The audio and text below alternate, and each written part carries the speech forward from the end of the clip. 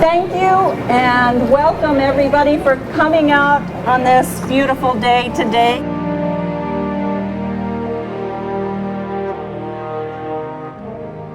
I pledge allegiance to the flag of the United States of America and to the republic for which it stands, one nation, under God, indivisible, with liberty and justice for all. We're here today for a couple of reasons. An organization from Iowa put together a bus museum that commemorates and honors the World War II POWs. We were asked if we would be one of the hosts on this multiple week tour that they were going to do into Minnesota, and we agreed. And from that, it has blossomed into what we're doing here today.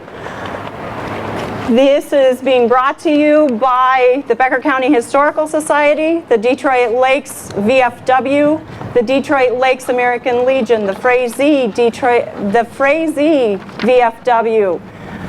the DAV, the Military Order of the Purple Heart, the Cooties, and our Veteran Service Officer. All of those people gladly stepped up and volunteered to help put this event on. Dennis has made this very special. Dennis Warling, just in case you're not familiar with him, is our Becker County Service Officer, and he's helped put together a very nice presentation for the day. We want to thank you for those kind words. It wasn't me, it was you and your inspiration. So I would like to have a round of applause for Joan, because she did a tremendous job in such a short time. She had a couple of horror thinking about the bus not coming on, and I woke up at 3:30 this morning thinking that the bus was going to be late. Anything that can go wrong usually goes wrong, but the bus was here on time, and we want to thank the bus driver and the Michael Lewick Tram for coming in. Michael? It was this close. The bus died right there, honest to God, it died, and she jumped in as I coasted down the hill. Actually, I'm really glad that you folks are here. We created this bus 13 months ago, actually went on the road 13 months ago.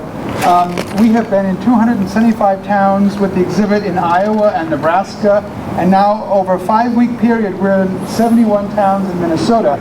As of Ada, the previous visit to this one, we had 7,300 Minnesotans in our bus in the last 3.5 weeks. We've had 27,000 people in the bus in the last 13 months, and I'm thrilled. This is the most visited museum in the world per square inch. It's really true. And I'm thrilled that people can share our work, our vision. We are working really hard to open a permanent museum in St. Paul. We looked at a building last week on Rice Street. The man wants $500,000, but we're working on that. I'm thrilled that out of a stack of letters and photos and some memories, we have built something that is moving people. We have had probably in Minnesota alone about 250 former POWs from Nazi-occupied Europe go to the bus. And these guys are great, but they're on their way out. And we've had lots of widows and many baby boomer children of POWs. When those men are gone, there will be no living memory of having been an American prisoner of war in Nazi Germany. And our work is to make that different. We have 3 exhibits. Someone in the bus just asked. One of them is about the German POWs here at Ada, Warren, Moorhead, Owatonna, New Ulm, etc. We interviewed 75 of those men. We've interviewed 5 dozen Midwest POWs. We have these guys' diaries. We compare both sides' experiences because we're really documenting how a war as a phenomenon works. The machinery of war, how does that take place and how does it affect people's lives? Our 3rd exhibit is about refugees who fled the Nazis and got to Iowa. That book is also in the bus. We're interested in dictatorship and how democracies fail and how you protect democracy. What happens if you lose it? So go to our website, traces.org, that's traces.org, And you can look at excerpts of all these stories and many more, about Charles Lindbergh, about Mildred Fish Honeck from Milwaukee, the only American executed on Hitler's direct command. That story's there as well. This is just one part of what we do. If you like what we do, tell your friends and relatives and enemies and co-workers or anybody else that we're still going to be in Warren and Hollick and Rousseau and National Falls. Also, if they want to help the bus, we're happy to take POW's diaries, their photos, their letters, whether they've been living or deceased. Also, if you have a couple shekels you want to put towards diesel or our new brakes, put it in the jar. Thanks so much, and help us keep these stories alive. We think they're important. Bye-bye. Thank you, Michael. Let me get back to work. Okay. Well, you know, I've said thanks to my crew, to my volunteers, thanks to Michael for bringing this to us and to Traces, but what we really need to do today is to thank our veterans who, without them, we wouldn't have this event today because we wouldn't have anything to talk about. We have 5 POWs in Becker County, and today 4 of those POWs are with us. And Dennis, do you have something to say about them? Yes, our 4 veteran POWs that are with us today are Warren McCoy, Wayne Rona, Bill Wolfgram, and Willard Anderson. This letter is from the mayor, who says, first of all, let me apologize for not being able to attend the POW World War II exhibit that will be opening this day at the Becker County Museum. Unfortunately, I will be out of town. I would like to congratulate the Becker County Historical Society for having the museum that is particularly emphasizing the veterans, prisoners of war from the Midwest in Nazi Germany during World War II era. I would especially want to welcome the POWs that are from this area that are going to be in attendance today. World War II was a turning point in the history of this nation and the world. Without victory in that war, the world that we live in today would have looked a lot different than it does. The men and women that fought the war and provided support for that war back in the United States is probably the greatest generations of Americans that has ever lived. The sacrifices that so many people made for so many years, and then, of course, the many thousands who made the ultimate sacrifice should never be forgotten. It is with deep admiration, respect, and thanks that we recognize the prisoners of war who in the service of the United States, especially those in attendance today. This museum will also serve as a reminder of the sacrifices that were made by the literally tens of thousands of people who were held as prisoners. My best wishes on a successful day for the museum in Detroit Lakes. Thank you again to all those that have served, and especially in remembrance to prisoners of war of World War II today. We best wishes to each and every one of you, individually and always. City of Detroit Lakes, Mayor Larry Bubolz. You would like to present a rose, yellow rose, to each prisoner of war. You want to do that? Bill Wolfgram. Bill Wolfgram. Thank you for your service.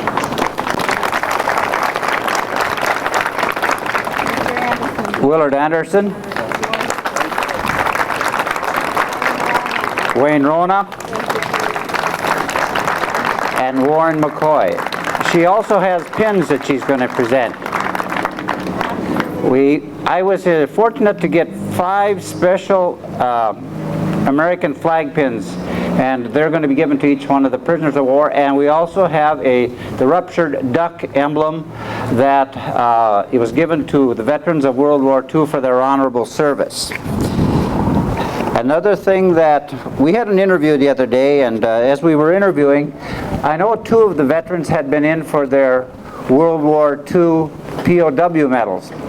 I went back and I thought, boy, I'd like to get these medals, and get the rest of the prisoners of war their medals. I had taken one over, and I went back, and very fortunate in my years of hoarding, 21 years in the Veteran Service Office, I had gotten 2 medals. It's with great pleasure today I would like to present POW medals to Wayne Rona. Okay.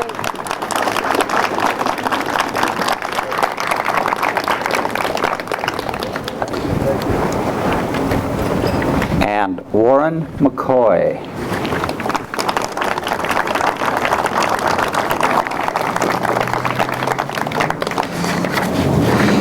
And this is the letter that goes with them, and each one of the veterans is going to get a book. The reading is from the Secretary of the Army. It says, "Dear recipient, in accordance with your request, it is a pleasure to forward the enclosed Prisoner of War Medal. This medal was authorized by Congress for any person who served honorably as a prisoner of war after April 15, 1917. Your medal recognizes the special service and sacrifices that you have given for this country. The front of your medal is an eagle, symbol of the United States and the American spirit. Although surrounded by barbara and bayonet points, it symbolizes the hope that upholds the spirit of the prisoners of war. On the reverse, below the words "awarded to," is a space for engraving your name. Below it is an inscription naming the purpose of the award for honorable service while a prisoner of war. The shield is from the coat of arms of the United States Army. Please accept this medal with my best wishes. And I would say, please accept this medal with our best wishes from every one of you out there. And it's by John O. Marsh. We are also going to give each one of the recipients today a book with the behind barbed wires. It's going to have the pamphlet in. It's going to have a picture of the P.O.W. medal and several other things that we have gotten. And there's a letter to each one of them from the mayor. I'll present those. Thank you. Congratulations. Let me shake your hand. Oh, you want to? He's afraid to shake hands. Wayne Rona. Thank you. That's the reason I was afraid. That's okay. Warren McCoy. Thank you. Gentlemen, I'm going to ask you to step a little forward because one of the things is I got to give you a hug and things. Bill Wolfgram. Thank you. My wife is sitting there. Thank you, guys. Thank you so much. Thank you.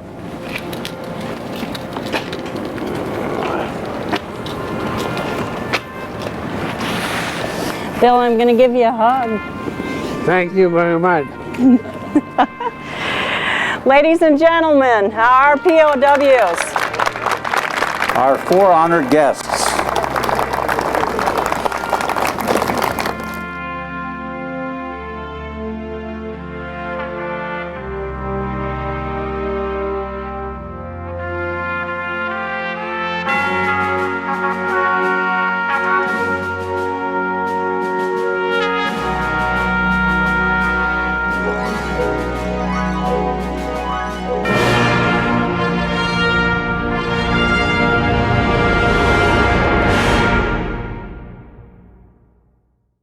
Thank you for watching this episode of the Museum Roadshow, brought to you by 125 Apparel.